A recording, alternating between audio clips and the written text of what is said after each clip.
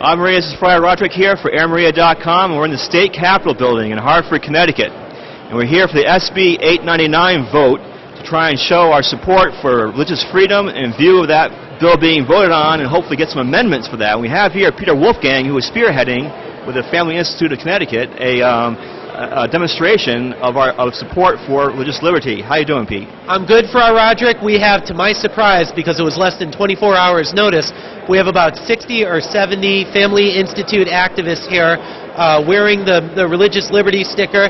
They have our fact sheets, and they're handing out our fact sheets and lobbying the senators as they walk to and fro for a religious liberty amendment to be attached to SB 899, the gay marriage bill. So I'm very happy to see this great turnout on essentially a moment's notice. Now, is that a lot of people for this building here?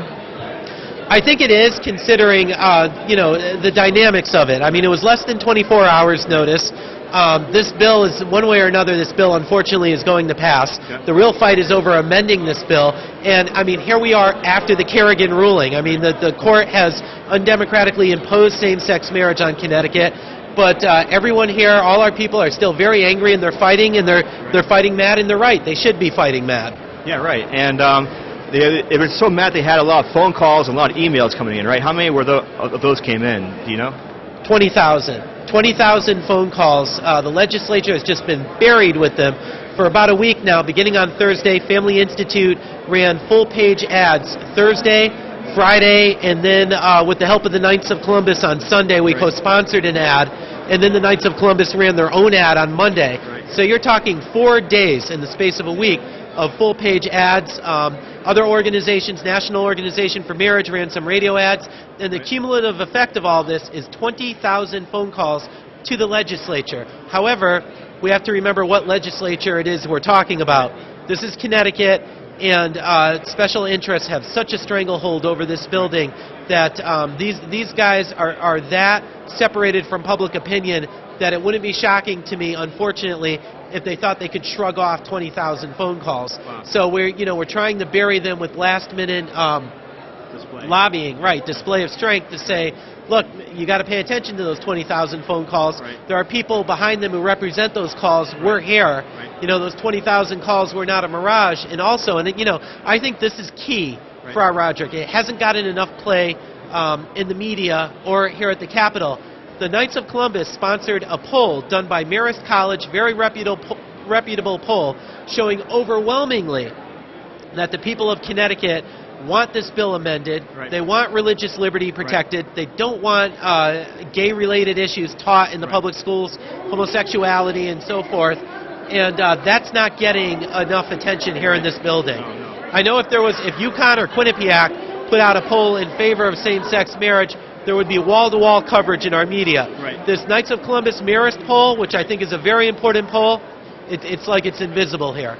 Well, now you mentioned the Knights of Columbus. They're actually at stake here. Their rights are at stake as far as they have wedding halls and such. They're considered to be like the second-tier providers of religious ceremonies, right? So they'll be affected by these gay marriages, right? For Roderick, that's very true, and it's not a hypothetical. Right. It already happened in British Columbia, north of the border, up in Canada. Lesbian couples sued the Knights of Columbus Hall, wanted to have their wedding reception there.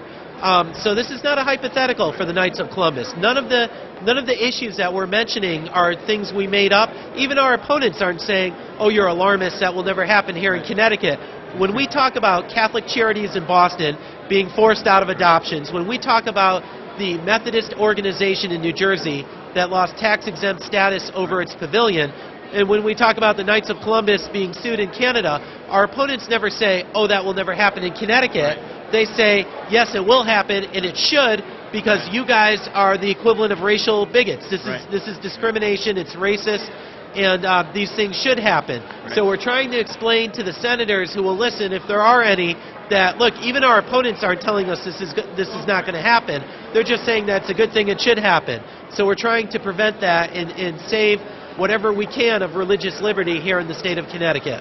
Sounds like a good cause. And now in that regard, you think the bill is a good thing or a bad thing for religious liberty?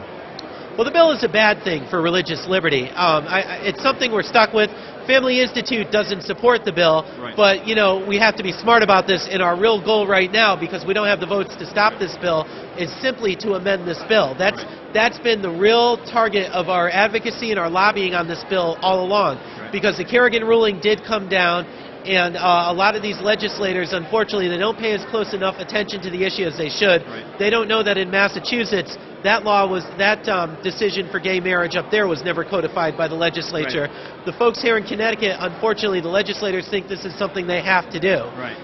And it's certainly not the case that Family Institute thinks, codifying gay marriage is a good idea because then we can come back and tinker with it later. Right. We've had some bad history with that sort of strategy in Connecticut. In the early 90s, the pro-life movement thought the same thing in Connecticut. Well, let's just codify Roe v. Wade and you can come back and tinker with it later. It's now almost 20 years later, and no tinkering with that statute ever happened. So the legislature only enforces in people's minds what has been passed by the courts. Right. I mean, this is the problem. This is one of the things I meant last year when I talked about how the court has usurped the democratic process. Because we know the legislature and the governor will not behave as they should as co-equal branches of the Supreme Court and say to the Supreme Court, you have overstepped your authority, we don't accept this decision. We know that they'll kowtow, they'll fall into line, they'll think that the Supreme Court is superior. I just see someone I have to talk to. So Well, thank you very much for your time, Pete. You've been very informative, and you've been very generous with your time this busy time. Thank you, Peter. Thank you, Friar Roderick. Thank you, AirMaria.com. I'm sure we'll talk again throughout the day. Good, Pete. Thanks a lot. Ave Maria. Ave Maria, this is Friar Roderick for AirMaria.com. God bless you.